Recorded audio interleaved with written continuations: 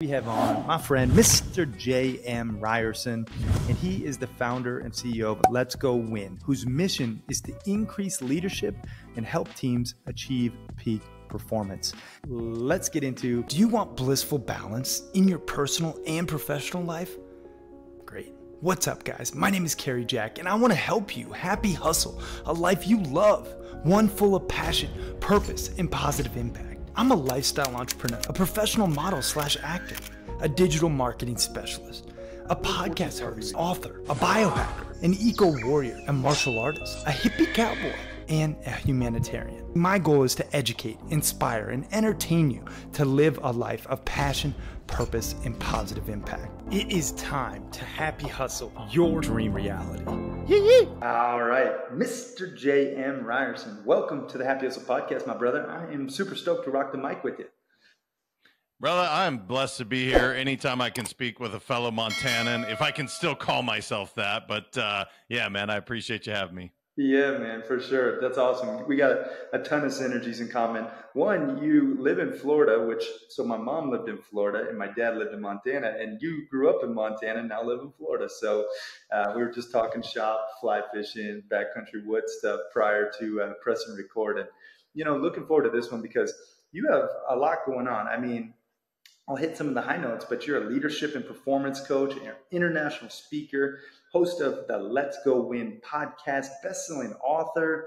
You've also sold 3 companies, which I want to talk about, how you've founded and actually exited successfully 3 different businesses. But you're a family man, you're a husband, a father, and you are a happy hustler. And I'm excited to get into all things, in terms of how we can upgrade ourselves, building an all-star team, talking about, company culture and really what it takes to win. But before we get into all that good stuff, JM, what's something interesting about yourself that not too many people know? Interesting. Let me see here. I have a size 16 shoe. I was almost 12 pounds when I was born. I studied in the Netherlands. I don't know. I was in Sports Illustrated as a kid. I don't know. There's a couple of the things that people, when I say, they're like, size 16? I'm like, yeah, dude, it's just a pain in the ass. I don't know what to tell you. My mom had me naturally at 12 pounds. God bless her. She's amazing. Wow. So, yeah. Damn. How tall are you? I am 6'5", about 250 right now. So, Jeez. Yeah. You're a big guy. Damn, I didn't know. The size 16, it does seem like it's a hassle. I mean, let's just call it what it is. I mean, it's... Brother, imagine growing up in Montana trying to find... I never shoe shopped because here's the deal. I had size 8 at 8. I had 10 at 10, 12 at 12. I hit 14, and I went from a 14 to a 16. Montana doesn't have shoes for a kid with a size 16. Everything was ordered, and it was like, so shoe shopping just didn't exist. Not that it does a lot now, but yeah, it's a pain in the ass. Yeah, damn. That is definitely interesting. I mean, good for you. And what sport did you play? So I played basketball in college, but growing up, man, it was name a sport, and other than hockey, I never played hockey. Everything else, man, it was football, baseball, basketball. I was actually, my best sport was swimming. I hate to say that, but basketball was my love and passion. And which one landed you in the Sports Illustrated? Swimming. Oh. Yeah, it's funny, man. So my sister's way more accomplished. She actually she swam in college and she was on the Olympic team. Like, she's really gifted, or she worked her ass off, is what I should say. Water just made sense to me. I just never liked it, man. It just never, like, I loved hooping, being with my guys. That just always made sense to me. But I was actually a better swimmer. I just didn't like it. Interesting. Well, speaking of fun facts and stuff you're up to, let's just dive right in. I mean, I know a lot of podcasters, you want to start from, ground zero and hear your whole backstory. And, personally, I like to just kick things off with a bang and get right into value. So when you talk about Let's Go Win, just let's define terms first and foremost. What are you talking about? I wrote this book called Let's Go Win Keys to Living Your Best Life. And I wrote it for my two sons. We have a 17 and 14-year-old. You and I, 18. My God, his birthday was yesterday. He's 18. Okay. I have a man now for a son. And it actually just started me on this path that I never expected, which I only meant to share it with two people. And the gal that I was working with said, "Man, you're selfish." And I said, "What are you talking about?" She said, "If you only share this book with two human beings, you're selfish." All right, you're right. Published the book, and it just took me on this amazing journey called Let's Go Win. So the company exists to inspire people to live their best lives. Our values are happy, healthy, wealthy. And so the whole idea is like, look, I really believe in living our best lives. Mm-hmm. And I don't just say that as like a cliche. It's like, hey, man, we're not on this planet very long. You may as well have a great time doing it. Mm-hmm. And so I do that with business owners. I was telling you off air, dentistry has become really a passion of mine. I've, coached some professional athletes and stuff on their mindset, but truly, brother, the whole thing for me is I want to inspire people to live their best lives, both professionally and personally. Yeah, I mean, and we're so aligned on that. That's like really what the ethos of the happy hustle is all about, putting the happy in your hustle, enjoying the journey, right? Not just the destination, all the cliche things, but they're cliches for a reason, right? People, unfortunately, that study from Gallup State of the Global Workplace says that 3 out of every 4 employees are disengaged and unhappy with what they do for work. And other studies show that we spend over 81,000 hours of our lives working. So you think about it, you're spending the majority of your life doing something that's unfulfilling, that causes you unhappiness and dis-ease, right? It's such a massive epidemic, this burnout culture. And not to mention 80% of entrepreneurs state that they're overworked and overwhelmed and on the brink of burnout. So this doesn't just apply for employees, it applies, across the board for business owners and entrepreneurs. And I just think for someone like you to be helping solve this problem, it's inspiring work, man. And I want to kind of unpack it a little bit. When you talk about like living your best life, walk us through the process. Like, I know we can't go too deep. Obviously, people would have to, get your book or maybe hire you to help them in a consultant way. But break us down the process. Like, what do you do to identify this dream reality that they seek first and foremost?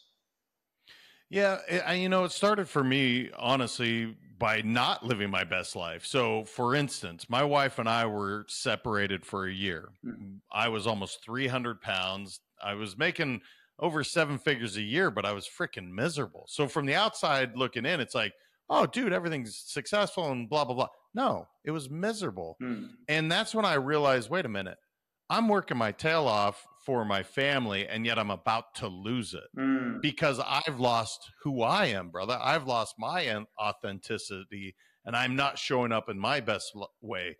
So the basics of it that I coach people on is, look, what are you doing to feed yourself? What are you doing to fuel your bucket? What are you doing to, on a daily basis, make sure that you are really filling your buckets? And I'll ask that question often, like, hey, man, what are you doing for you? Or especially with female clients, what are you doing for yourself?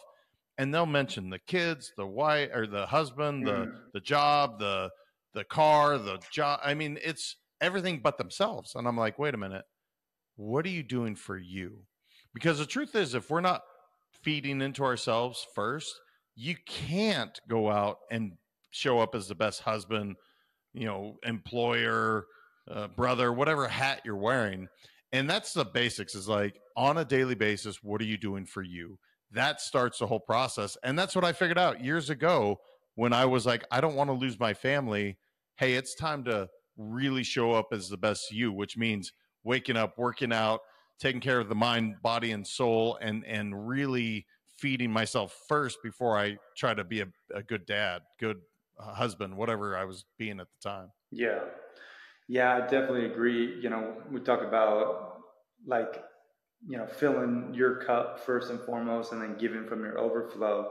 It's easier said than done, I believe. And especially when you have kids, right? When you think about juggling all those different balls as a business owner, as a husband, as a father, as a son, as a brother, or a sister, right?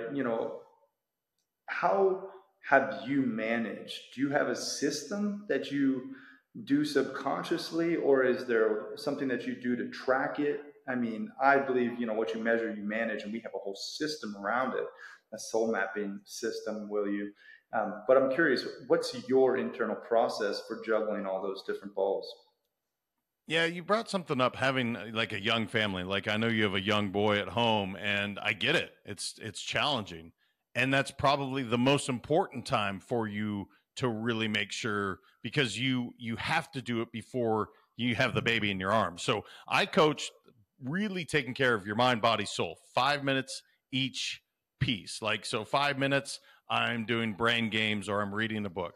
5 minutes I'm just moving my body, whether that's yoga, getting a sweat, whatever it is, and 5 minutes of feeding my soul. So for me, that's meditation. For some people, it's reading the Bible. Others, it's hiking a mountain. I don't really care what it is, just making sure that you're checking in on those three things. Now, for me, it's about 2.5 hours every single day that I wake up and I'm doing all of these things. And I know that's way too much. I don't coach people to follow my system for me. But I will say, look, set your intention. What are you grateful for? Pour into your mind, your body, and your soul. And then if we can fit some more in there, fantastic. But just making sure that, like they say on the airplane, put your mask on first before you put it on anyone else. That's the basics that I start with. And then the reason mine's so long is because I love it. I love what I'm doing. I don't want to take anything away, because every single day that I do that, now by the time I come out of that, my room, the meditation room or the workout room, whatever, now I'm ready to show up and be the best dad. I'm ready to be the best employee or employer, or whatever hat you're wearing. Yeah, man. You gotta, check each box, because if you let one slip, you'll be imbalanced. And I truly believe balance equals happiness. And I know balance gets a bad rap, but I do believe it to be true. And I've seen it in my own life. What's your take on this whole work-life balance or work-life harmony? Yeah, I love that you said work-life balance and harmony. And I've actually struggled the same. In fact, on my website at Let's Go Win, there's a work-life balance worksheet that I've come up with. And people are like, well, that doesn't exist. A balance, you're going to have things out of balance. And I can kind of agree with it, where it's like, yeah, it's never going to be 100% like to where the scale is balanced. That's why I like the word harmony. And if I could go back, I'd probably change that, what I created, to work-life harmony. As long as you are checking in, for instance, there's this whole rise and grind mentality. Yeah. And if you think about grinding, what happens when you grind and grind and you grind something? Yeah. It goes away, right? It turns into dust. Like it'll blow away. So to me, it's like, I don't agree with that philosophy. I'm not saying don't work hard, do it. Just like you have hustle in the name of your company. It's like, yeah, man, you're going to have to put in some hustle. But why does it have to be a grind? I love the happy in front of it. It's like, yeah, dude, get up, but let's have a good time doing this. Yep. So to me, as long as you're checking in on yourself first, and so you can then show up as being great professionally and checking in personally, because they're all related. And if one's out of balance or out of harmony, I promise you the whole thing will spiral. And that's what happened to me in my second company, crushing it financially. But dude, my family life was a disaster. My health was a mess. That's short-lived, man. It's not going to last. Yeah, so true, man. Whoa, whoa, whoa. Apologies for interrupting your programming, but I have to tell you, the best investment you can make in yourself is one in which helps you acquire skills. You've probably heard people talk about, oh, just invest in yourself and you'll be successful. Yes, that's true to a degree, but you have to invest in skills that will ultimately help you achieve your desired results. And I think one of the best skills one can possess, be it an entrepreneur or an aspiring entrepreneur, is the sales sword. Really knowing how to sell, utilizing pressure-free persuasion, which will make you more money and more impact. Now, if you want to know how to sell more efficiently and effectively, I just launched a sales course called The Proven Roadmap Process to Selling Millions of Dollars and helping you to increase your conversions, guaranteed. And you can get access to this new sales course that The Happy Hustle is launching at thehappyhustle.com/sales. And if you act fast, you'll get it at the lowest price it'll ever be available, because we are launching it and we want to gain amazing testimonials and social proof to further share this knowledge. So if you act fast, you can get it at the lowest price it'll ever be. That's at thehappyhustle.com/sales. Now let's get back to this episode. Yeah, so you talk about harmony, and the definition of happy hustling is the systematic harmonization of ambition and well-being, right? And it took us a while to land on that because, everyone was like, well, what's a happy hustle? What is it? And I was like, man, I got to get something that really embodies the ethos. And I love the word harmonization. Like you, I think work-life balance doesn't make sense because work is a part of life. It really doesn't make sense at all, in my opinion. And I think the harmonization of, this ambition, right? Like we're hungry for creating our dream reality, and you should be. We all want to have quote unquote more. Now, I do think there's something called the more disease, which, you get infected with more, and you don't have the power of contentment at play. However, I do think ambition is healthy. And then I do think you have to have well-being a part of the picture. Well-being meaning, like you talked about, happiness, right? Wealthiness and being, fulfilled with what you do every day. The ancient Greek philosophers would call it eudaimonia, right? I don't know. Are you familiar with the term? No, I'm not actually, which is interesting because I study Stoics, man. I miss this. You got to check out the word eudaimonia. Actually, I got a book right here that you should read. Arete by Brian Johnson. Have you read this? I have not. No. Oh, dude, put it on your list. Brian was on the podcast, and he's a friend, and he's a powerful dude. And he talks about eudaimonia, which is ultimately modernly translated to human flourishing, right? Like becoming the best version of yourself. And I know that's literally what you do. So I feel like you would definitely resonate with that word. When we talk about like theory, doing it sounds great, but then putting it into practice.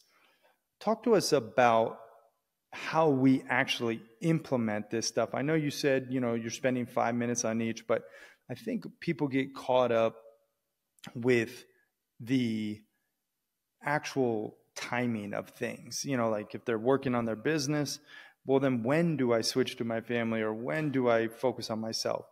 Give us maybe an implementation tactic on how to actually put it all together. Yeah, man, it's a big question just because, often I hear people say, I have to do X. Look, you don't have to do anything other than breathe, drink some water, and have shelter. Yeah, that's it. Yeah. Everything else you get to do. And so it's often people are like, well, I have to do this. No, you don't. You truly don't have to do anything. It is a choice. Now, to that point, the functionality of actually getting it done, obviously I would ask people to get up a little bit earlier just to take care of you. Some people, they're not morning people. They're like, I can't. All right, cool. Let's make sure on a daily basis that you check in on these three things: the mind, the body, the soul. Now, are there 8 areas that I'd love for you to check into? Sure. But let's start with just the basics. And that truly is your mind, your body, and your soul. They're all linked, right? Your stomach to your heart to your brain. It's like one line, dude. So the basics that I want people to do is just check in those areas. And again, choose to do it. You don't have to do anything. You don't have to work out. You get to work out. And the reason you want to do that is because you feel better. Biology is now at play. And it's funny because I don't know where it came along, the conditioning or whatever, but people are often saying, I have to do this. And that's where the whole thing with the 71% of people, like you talked about with Gallup, that are currently disengaged, they're spending a third of their lives not happy. That's crazy. Why would you choose to do that? And so what I coach people on is don't choose to do that. Find something that does fulfill you. If you hate this company that you're working for and the culture is awful, you should choose another path for yourself or choose to change it. So it does come down to you're not a victim. Be the victor in the situation. Choose to do it. You don't have to do anything. Yeah, I get to do versus I have to do, such a powerful reframe. And I think people just need to keep that top of mind. I know I do whenever I'm, going through something that maybe isn't ideal, right? Or some adversity strikes. And, it's just a reframe, right? I do want to kind of dive into some of your background when it comes to being a business owner and entrepreneur. A lot of entrepreneurs and aspiring entrepreneurs listen to the show, and you've actually exited 3 companies. That's what a lot of entrepreneurs dream about, right? Like selling their company and having an exit that is lucrative. Hopefully, I mean, it's one of those things that I think everyone can agree will help achieve the 3 freedoms we talk about a lot. 3 freedoms being creative freedom, time freedom, and financial freedom, right? Break down that process for us. Give us maybe a little bit of insight, like how did you start the companies? What industries were they in? And ultimately, maybe if you could kind of take us through that journey of actually exiting one of them, maybe. Yeah, the first company, when I got hired, the gentleman that was hiring me, he had 1 location in Northern California. And I'm looking at this and I'm like, why don't you have this all over the country? He's like, why would I? I said, why not, dude? You have a great system. And he said, well, show me. So I said, cool, man. So after I had done my gig under his for about a year, I opened up our second location in Portland. And we ended up taking it to 8 locations. Well, why that was important is you can scale something that has a system, just like you talked about your system. Mm-hmm. You can make that scalable, and every time you open up a new location or a new opportunity, you're just giving somebody an opportunity. And that's what his name was Rich. I was like, Rich, you have the chance to give this opportunity to people all over the country. So we did. And it was in financial services. I know very little about financial services. I'll be the first to tell you that. I was great at building teams, sales, and leadership. And I knew it early on. And that's what I committed to. I said, look, man, let's build this all over the country. So the first company we did to 8 locations, and then we ended up selling that off. And because we wanted to pursue it even bigger, we ended up coming together with 6 total people in our second company, 6 business partners, I should say. And that was a freaking nightmare, brother. It was miserable. Yeah. The big reason why we weren't aligned, they're not bad people, but value-wise, 3 of them, it was all about money, man. They would cut their own mom to save $1 versus what we were trying to do was really provide opportunities, build legacy. Yes, we would make money in the process, but not to compromise everything else. And so that's the last thing that I guess I'll say about finding and exiting is we exited the second company, but more because it was miserable and I hated it. And I was like, get me the heck away from this. The third company was incredible. And we actually grew exponentially because I was happy, because the partners were happy. We were in such alignment with what we're trying to do. So I think if you're looking to do that, you have to have it, brother. If you're miserable, you're probably not going to sell. You're probably going to burn out, and the whole thing's going to be an absolute disaster. And I experienced that in company 2. But company 1, company 3, we were so clear and aligned on what we were trying to do. We brought so much value because we were having a great time building this amazing, company for financial services, and people saw the value in it. Yeah, I mean, you hit on a big point of being aligned. You know, we have the 10 alignments of being a happy hustler, which make up our soul mapping system. But alignment in and of itself, I feel, is missing in many entrepreneurs' journey. And, you know, I actually just talked recently with one of our Happy Hustle Club members, our, you know, high level mastermind. And he was like, I just feel like I could slug it out longer, but man, I'm absolutely mentally and physically drained. And I was like, dude, it's not worth it. Like the money's not worth it. Like you need to dial back and pivot, man, because ultimately if you can infuse your gifts, your wisdom, your greatness, but do so with something that has total alignment with your soul and your ultimate true purpose, you are going to attract abundance at a whole nother level. Things will conspire for you. And I know it's a little woo-woo, but you know, it's the damn truth. And people are attracted to that magnetic energy when you're like, I freaking love what I do, you know, and maybe you don't have to love it every day. You can like it every day, right? But the alignment still reigns supreme. What would you say to an entrepreneur who maybe is lacking that alignment? I think you gave great advice. Like, look, if you're not aligned, you should figure a way out. My best example is we had a home that we bought it at a certain level, and I had in my head, we're going to sell it at this. And literally my wife is like, let's just get rid of it. And I had it so stuck in my head, but we bought it for this. I don't want to take a loss. Well, the truth is, finally I said, you know what? You just sell it. Don't even tell me how much it was for. It was the best decision I could have made because she ended up unloading. We didn't get crushed in the process. It took all the emotion out of it. And now it gave me this sense of like, oh, I mean, it was such a like weight off my shoulder. It's pretty similar with this company or whatever you've built. If you're not aligned, you're just destroying your spirit by, like the guy said, I could slug it out. That's not a way to exist. And you're certainly not creating abundance that way. And I know it's hard, man, because you poured so much into it and you want to get out of it what you deserve. But the truth is, sometimes it's just better to let it go so you can truly go build whatever your purpose is, which is beautiful. Like when you see somebody like yourself, you have found your purpose clearly. You're doing it in my favorite place in the world.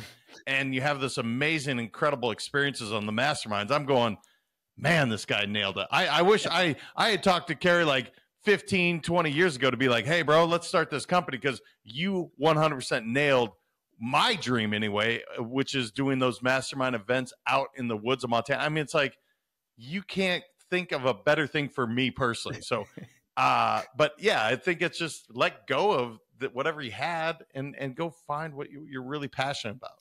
Yeah. And here's the thing that I feel I must say.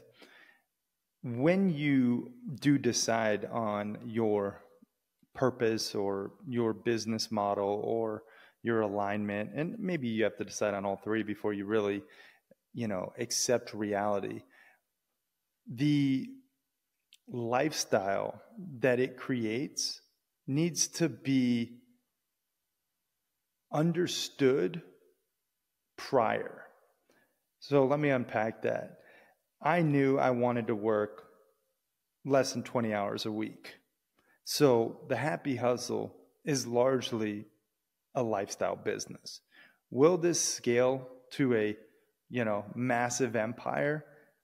Potentially, but probably not. Like, I'm realistic, but the lifestyle that it's created and afforded, the 3 freedoms, creative time and financial freedom, are accomplished. And I think people, they get caught up with the grind culture, with the Gary V's and, you know, Grant Cardone's, both people who I respect, right? I was just sitting next to Grant at the UFC fights, and he's a great dude. I respect the crap out of his hustle. But that's his dream, to build this massive empire. It doesn't have to be yours.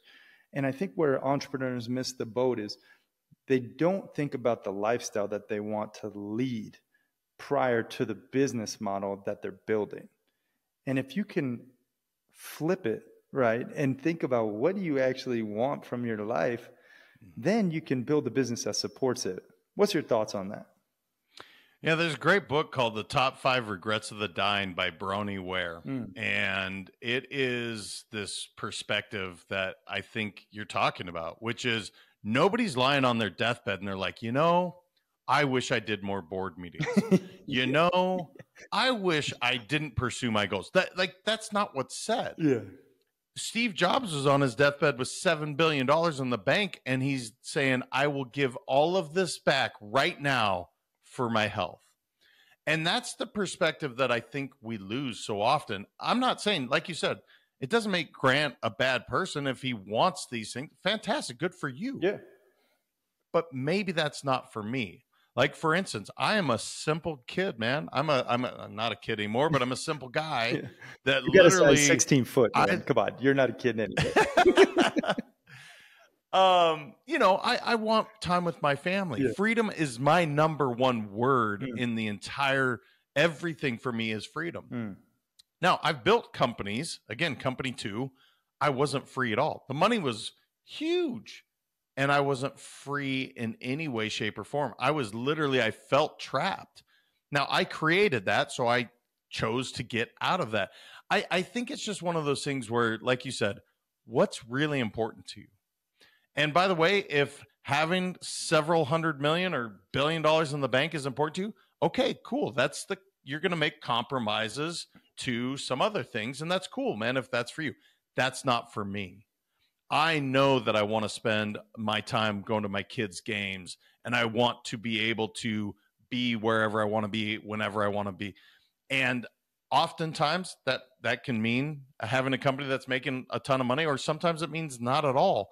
I think that's what we get stuck with is people get so caught up on the dollar instead of saying what's truly important to me.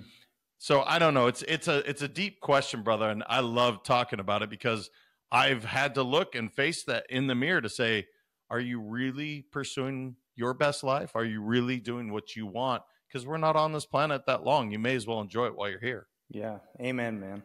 I just see it, also often, and I'm sure you do too, with people who really do sacrifice their soul for a paycheck. And I know it seems, let's call it what it is. Like you and I being born white males in America, we hit the lottery. Like, let's just first identify there is some component of, hey, luck at play, right? And I don't take any of that for granted, nor do you, I believe, right? But then you think about there's a lot of people out there who have accomplished more with less. Who have had complete, crap circumstances, and they have dug themselves out of the gutter and potentially, achieved their dream reality. They have flourished as a human, going back to eudaimonia, right? So I recognize that we have been given a gift from God just from our circumstances, but you have to understand, like, your circumstances are not finite, right? They're flexible. And I think we get caught up thinking this situation, we're stuck. And then it gets into quicksand mode. And I think, I don't want to speculate, but many employees who are part of that, let's call it, 71% or in that 3 out of 4 range of people who are disengaged and unhappy, they are risk adverse. And they are afraid to leap because no health insurance, no, benefits, no company car, whatever, whatever it is that's keeping them. And they never jump. And so they live a mediocre life, not on their terms, lacking freedom. And it really is sad to me. It actually hurts my heart. And I'm just wondering from someone, in your standpoint who, and we believe a lot of the same things, like that's why I love this conversation, how does someone take that leap of faith and rid themselves, maybe it's not even rid themselves of the fear, but at least push past it? That's a good question, and you're right. We did hit the lottery. Now, my father-in-law came from Thailand with $200 in his pocket. My mother-in-law came from Hong Kong with about the same, and they realized their dreams, which a lot of immigrants do. They come to this country and they realize this is a land of opportunity, and they seize that. Wait, tell me, are Yes. you Asian then? I am not. I'm sorry. Did I say my in-laws, my brother-in-law? I guess I am Asian at this point. I mean, my wife and I have been together so you must be the biggest Asian in the world, next to Yao Ming. Like, no, but it's like you're 6'5" and you got size 16 foot, and you're no, I'm kidding. But anyway, sorry to interrupt that flow. But, no. You're okay, good, so it was man. your in-laws who came. Yeah, my in-laws came over, and you hear this story frequently where these folks come over to this country and they realize, wow, there's opportunity, and they seize it. Yeah. I think to your point, people are like, I have to, and they get stuck in this rut. I watch my in-laws and they have this belief. To your question is, how do they overcome the fear? You just act, man. You have to act. Yeah. So once you're clear on what you want to do. So my intention, I said freedom, and you talked about freedom. Okay, cool. So I want freedom. What occupation, job, thing that I can do that is going to allow that? And then go pursue it. And know that, guess what? Their security is a false, it's not even a real thing. Somebody that's with a corporate America job and they're like, I have security. Really? You don't think corporations go out of business and now you're out of a paycheck? So it's funny how we look at risk and we're like, oh, this is risky to be an entrepreneur versus it's so safe to have this corporate job. I actually look at it differently. I'll bet on myself all day long because I know I can get back up. I know that I can take a failure, and I believe that I can overcome it. So I do believe it comes down to putting that faith in yourself. And the reason I brought up the immigrants is I was having this conversation with somebody, and she said, you know what? Because they believed in themselves. They came over to this country with not even knowing the language. And when she said that, I was like, holy shit, you're right. Yeah. They have so much belief. They literally left their family, came over, and they bet on themselves. And I'm not saying people should be an entrepreneur or be corporate. I don't care. Just go find something that fills your bucket. Because again, you're only living here, 60, 70, 80, 90, 100 years. You may as well enjoy every single day that you can. Mm-hmm. Yeah, man. Wise words. And I hope everyone out there listening, all the happy hustlers, like resonate and really just first and foremost, just count your blessings, because right now you're breathing. If you're listening and watching the show, obviously you care about your growth and becoming a better version of yourself. So kudos to you. And also then realize maybe there's more you can do to fill your soul and to feed it ultimately, to put the happy in your hustle, right? I do want to kind of ask you, like, there is a lot going on right now in the world with AI and cryptocurrency and some of these shifts in business that will disrupt everything. And I know this is like a hard U-turn from our conversation, but I feel like people need to be cognizant of what's taking place. How are you preparing your business and your clients for the technological innovations at play? Yeah, man. I wanted to bury my head in the sand. Trust me, when AI came out, because I'm not a tech person at all. Yeah. And now I do believe in having a growth mindset. So I said, the genie's out of the bottle. Like, it's not going back in. AI is out. So you need to figure out, or you get to figure out, to rephrase that, how can you utilize this to your advantage? Well, I started surrounding myself with a bunch of people that are really good at it, because AI can absolutely take all these tasks that took so long, and it shortens it in it makes everything, these really boring remedial tasks, you can shorten it. And if you're not utilizing it, look in the mirror and ask why. Why wouldn't you utilize AI? Look, I know some people fear it. It's going to take jobs and it's going to do all this stuff. That's out of your control. So you may as well utilize the tool while it's available to you. So that's for me with AI. Crypto's a different animal for me. I have definitely dipped my toe in the water several times. I have been bit a few times as well. But, you know, I think, Carrie, for me, it's just having an open mind to it, learning from people that truly have become masters of that area. And, you know, just to say, I don't know it, but I know that it's going to be a part of our world. But I think you have to be open-minded to it and say, how can I utilize it? I can't control it per se, but I definitely don't want to be left behind. And if you don't use AI, you're going to be a dinosaur. You will get left behind. Yeah. Yeah, it is true. I mean, you have to innovate with the times. And like you, I think many people can resonate. Like it just doesn't feel great to go down that rabbit hole. I'd rather dig my hand in the sand, like you said, and just not and maintain the status quo. But that's not going to get you where you want to go ultimately, and especially as stuff changes more and more rapidly.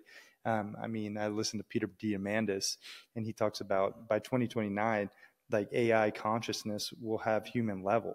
And it's like they'll be able to joke and laugh and, you know, emote and empathize as we will and as we do.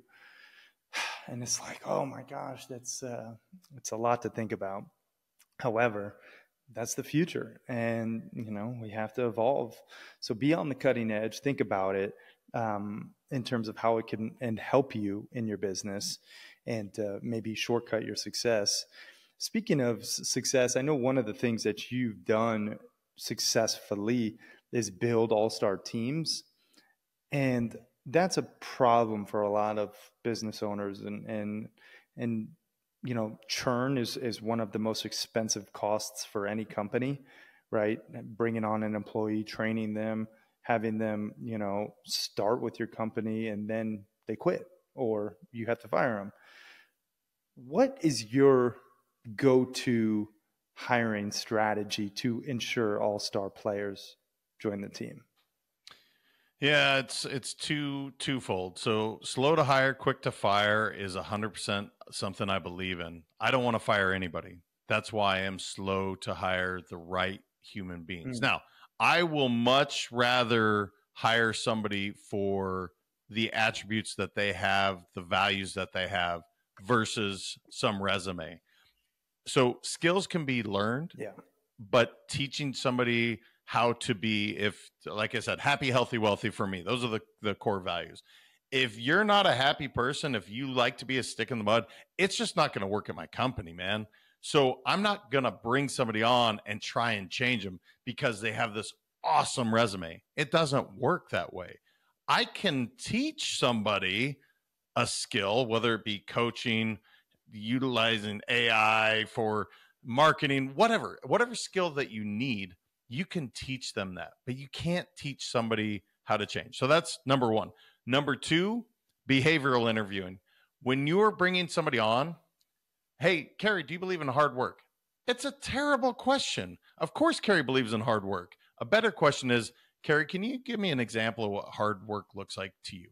And he's going to tell me about, I don't know, growing up on a ranch and digging post holes and something that's really tough. And that's when I can say, okay, this guy knows what hard work is. He actually understands it. But often we ask these terrible questions. We look at the resume and we're like, this person's great on paper. Yeah. Well, the world doesn't exist on paper, man. That's not what you're looking for. Yeah. So I literally, the slow to hire, quick to fire, make sure you're bringing on the right person, putting them in the right chair and on the bus, and then behavioral interviewing to actually ask deeper questions than, hey, do you believe in this? Yes, of course I do. That's the professional interview. They'll kill it all day. But if you actually ask what it looks like to them, now, like, what does happiness look like to you? Now I get to know the person and see if they're an actual fit. Yeah. Slow to hire, quick to fire. Those are words to live by as an entrepreneur, I feel like, and definitely asking better questions, even just in life. You know, you want better results. You have to ask better questions. Let's talk about money and sales too, because I know sales are a part of your, you know, sweet spot, right? It's something I actually think is one of my gifts, the gift of pressure pre-persuasion, as I think our friend Rory Vaden talks about. You know, it's important. Like, as anybody, it doesn't matter if you're an employee or a business owner, you need to know how to persuade people, and ethically, of course, persuade. But sales, if you're not able to sell someone when you know your product or service can actually serve them, you're doing them a disservice. Not only them, but yourself. What's your sales methodology? Yeah, man, it's leadership to me, because sales is life. So for instance, we're selling each other all the time. If I want to go golfing, guess what I'm doing? I'm selling my wife on why I need to go golfing. Yeah. She wants to go out with her girlfriend. She's selling me on the reason it's important. And by the way, that's not a bad thing. So what I have taught for years is what's called assume the sale. If there's value, like you said, in your product, I don't say, hey, Carrie, what do you think? Just like you were talking about your retreats off air. You're like, hey, man, are you going to be in Montana? We do these amazing mastermind retreats. There was no pressure. I'm like, yeah, dude, if that's available, I'm going, because I see the value in your product. You didn't say you should consider, or what do you think? You said, here's what we do. You basically said, if you're in town, you should come. And I'm like, yes. I don't even have to ask the price or whatever it is. I'm like, yep, I see the value. I'm there. It's the same thing with sales for any product. Here's what we're going to do today. Because they're already sitting with you, talking about whatever they're talking about. They're asking questions. You know they want to move forward. Don't say, well, what do you think? Do you want to move forward? They're going to say, no, I'm not sure. I need to talk to my wife. It's 3 objections. Person, it's the price, or the product. And normally it's the price. Okay, cool. So I just go right into that to say, look, here's what we're going to do today. We're going to move forward on this. And I'm leading them to exactly where they want to go. It's not pressure. If they don't truly see the value, they will say, nope, I don't want to do it. And they'll give me one of the objections. But it's so funny, man. I see people struggle with sales because they're like, so Carrie, what do you think? It's the worst freaking question you can ask as a salesperson. Don't ask it. Just, Carrie, this is what we're doing. What do here's what we're going to do today. Yeah. Carrie's like, okay, sounds good. Or, no, I don't like this for whatever reason. And then you can deal with it. But it's really just assuming why they're there. And again, the example you did prior off air, I was like, dude, yeah, I want to go. It sounds amazing. Yeah, man. Well, fun fact about that is, like, when you have a product or service that really does solve a problem, it sells itself. You know what I mean? That's what's like when you think about it. I know Hermosi talks about it, like when you create a product that is so good, people feel stupid saying no to it. It's like, and not saying mine is that, but I do think that type of product or service should be the goal for everyone. Make it like what I would be a fool to say no to this opportunity kind of thing, So that's point number one. You talked about the price, the product, or the person as the key objections. I think that's brilliant.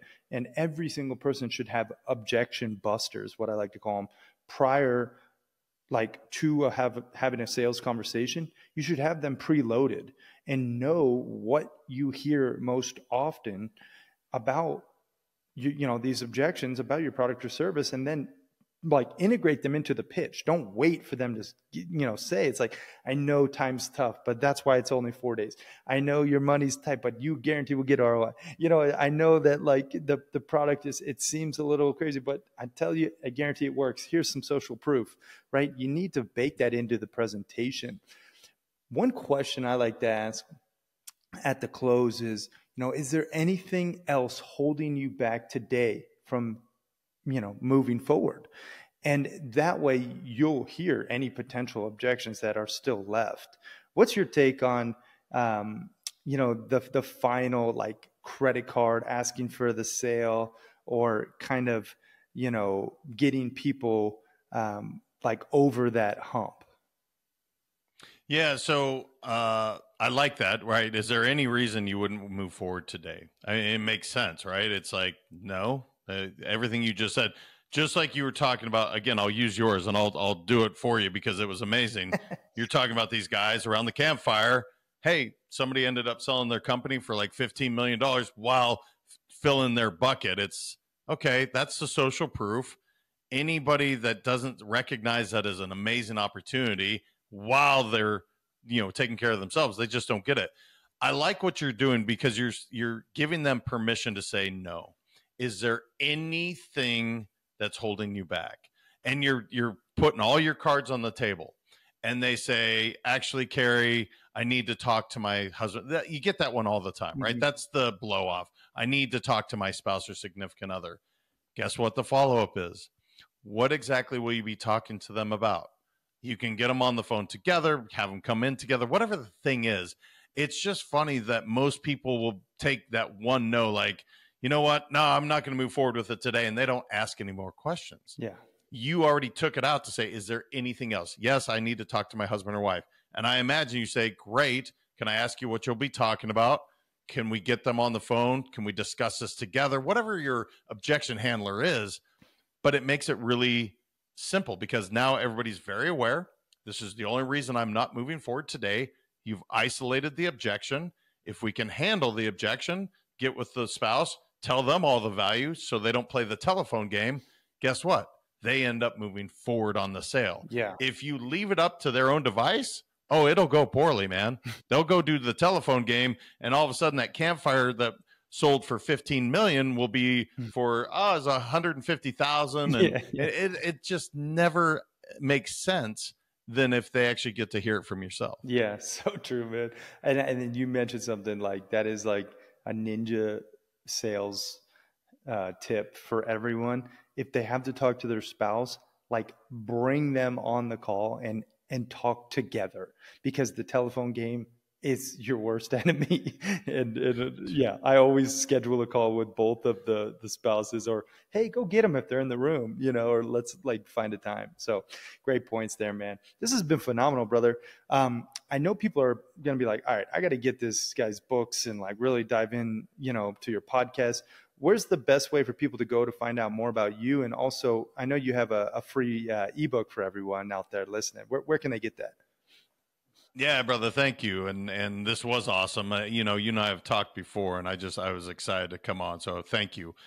Let's go win.com. If you go on there, you're right. There's the first book, Let's Go Win. It's my most proud work because, again, I poured everything I had into that for my boys. So free ebook for you. I'd love for people to check it out. The other thing is the Let's Go Win podcast, which I think, Carrie, I'm not sure if you're scheduled yet, but we got to get you on, brother, because just as we're kindred souls, yes, man. We need to do this. Yeah. But yeah, that and just Let's Go Win 365 on any social media platform. Hit me up, DM me, and I'd love to chat. Awesome. Yeah, we'll link all that up in the show notes. I do want to put you through our quick happy hustle hacks and then the rapid fire round. So essentially, a happy hustle hack is like a tip, a tool, a tactic, something in a couple different disciplines. We've talked, overview on health, and I want to ask maybe something a little uniquely JM in regards to health that we could deem a happy hustle hack.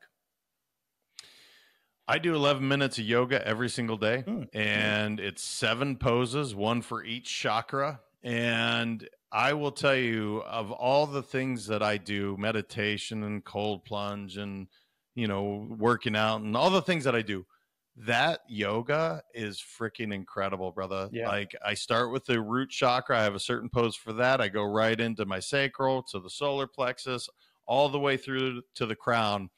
And I know you said the word woo-woo earlier. I know some people are like, oh, that's so out. Trust me, you want to be aligned. You want to feel alive. You want to get all the kinks out. Yeah. And being 46 now, yeah, man, I need to move a little bit. That yoga practice, oh, brother, you can't get me off it. It's not happening. Do you have a video you follow, or is it a training? No. No, I'm sorry. I didn't mean to cut you off. I don't. It's something I've created. I need to create my own video to get up there. I will, brother. Send me a video. Record you doing it. What? Let me tell you something. This is such a shameless plug. Not for me. this Osmo Pocket, brother, if you're not familiar with this thing, oh, cool. It is the most badass camera. I will film it and I will send it to you. Do it. And we'll get a video out. All right. Yes, Yeah, absolutely. Yeah, that's awesome. Let's talk about money. You know, obviously, money is a tool, right? It's an energy. It's a frequency. I know you've made a bunch. I'm sure you've lost a bunch. What would you say is a happy hustle hack? Maybe something, again, a little uniquely JM that you do to save or spend or invest wisely that we could deem a happy hustle hack in the money game. You know, what I would say is check in on what is your relationship with money. Mine was really unhealthy. When I first made 7 figures in a year, I felt horrible. I looked in the mirror and I was ashamed. And that's so weird to say because money is just a thing. It's just something that creates opportunities for others.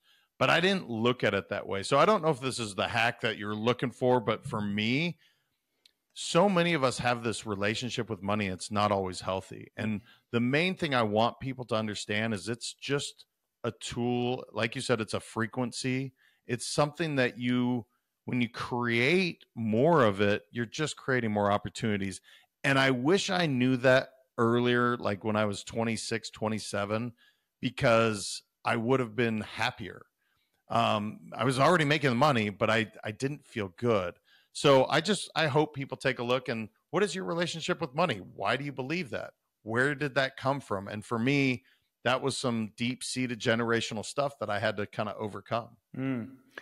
Yeah, sage words. I think that is something I still struggle with it, man. Like I'll look at the price first on a menu, not even the food. And it's like subconscious. I can buy whatever on the damn menu, but it's still, I go right to the damn price. And I'm like, oh my gosh, I catch myself. And sometimes I'll order whatever the most expensive thing is that I want because I want to break that subconsciously.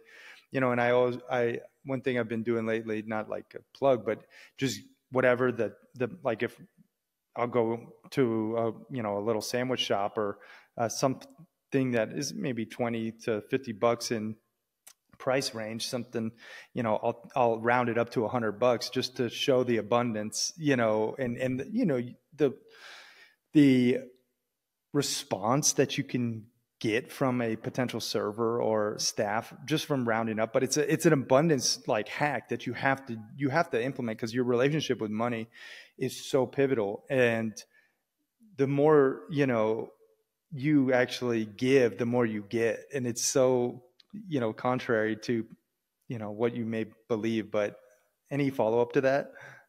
Yeah, brother. I love that you said this. So, one of my mentors in life, he taught me just giving $100 to the hotel staff. So you may stay there one night, and to the house cleaners, right? I always leave that tip for them because it's somewhat of a thankless job. A, B, imagine what that $100 could be doing for that person. And I think that was one simple thing where it's like, I always write a note just to tell them I appreciate you. Thank you for taking care of this. That, nobody's usually saying thank you so much for cleaning the bed. But the truth is, how awful would it be if they didn't? Yeah. So, it's like, hey man, here's something. I hope I just want to let you know I appreciate you. Yeah. So yeah, that's one of the hacks that I do is just $100 to the staff. Nice. That's great, man. What about spirituality? I just think it's an important piece to the puzzle. Do you have something that you do? I don't care one religion or another for people. I just think it's important to have faith in something bigger than yourself. Do you have a happy hustle hack in the spiritual arena that maybe you could share? So I meditate at least once a day, every morning. Meditation is certainly it's been in my life consistently for the last 15 years where I don't miss a day because I feel a certain way. I feel good. So, I have Buddhas all over my office. There's one here. There's 2 behind me. I really, like you, man, I really don't care about religion. I was put off as a kid. I was raised Catholic, never jived with it. But Taoism, Buddhism, I definitely have brought into my life. I also listen to Change Your Thoughts, Change Your Life, from Wayne Dyer. I listen to that every morning, and the Daily Stoic, just because I like to get the Taoist and the Stoic side of things. So it's one of those things. My relationship with God has never been better. And had you asked me that 5 years ago, it probably wouldn't have been the same saying. So it's just, I'm in a great place with that. And I love the relationship I have spiritually at this point. That's awesome, man. Yeah, like you, I grew up actually training with the Taoist priest and Kung Fu master, Master Chen. And I should connect you. He's a legend. He was from the 14th Longmen Sec in Wudong Mountains, where the Karate Kid was filmed. It's like legendary mountains in China, and yeah, he definitely infused Taoism into my life. And I still do Tai Chi and Qigong every day. I'm just like clearing the Qi, and I think having the Stoicism component, I've gotten more and more into Stoicism. Mentioning that book again, the Arete, this is largely based on Stoicism practices. So yeah, let me know if you want an intro. Point being. Yes, please. That's freaking amazing. And it's funny, I was doing Qigong this morning. I don't do it every single day, but I'm actually going to a Qigong retreat this weekend, brother. Cool. So I don't know. You know what? Now you're making me wonder why it's not part of my 2.5 hours. This is how I end up adding to my morning routine. It'll be a 4-hour routine. Well, dude, this has been amazing. I'm going to put you through the rapid fire round, then we'll wrap this up. So this is just where you answer honestly. First thing that comes to mind. Are you ready?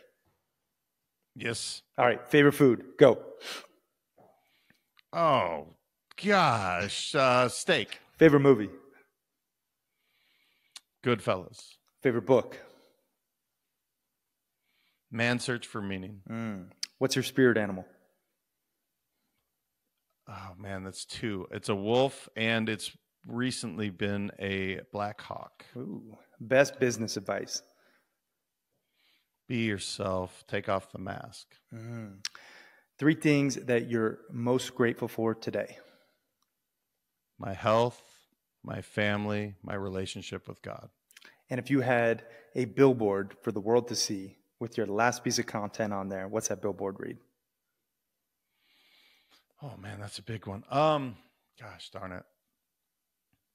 Just be you. It would be, man. Just be you, authentically, unapologetically you. Love it, man. Crush that rapid fire round, JM. And brother, I just want to take a moment to acknowledge you for sharing your love, your light, your wisdom, and your methodologies and your true self with the world and with myself and with the Happy Hustlers. So thank you so much for this time. I'm blessed and honored. Thank you so much. Final question. I do want to remind everyone, check out letsgowin.com. And you said it was Let's Go Win 365. Is that the Let's Go Win 365. 365 on all the socials. JM, final question, man. What does happy hustling mean to you? Brother, that's living, man. I am a bit of envy. I love my company name, Let's Go Win, but happy hustling, it's like you freaking nailed it, bro. And you're wise beyond your years, man. So it's just living. At the end of the day, you are doing what you're meant to be on earth and sharing that with us. You've enlightened and made my day better. So it's living, and you nailed it. Love it. JM Ryerson. Mic drop, y'all. Thank you for watching and listening. We are out. Peace and love, everyone.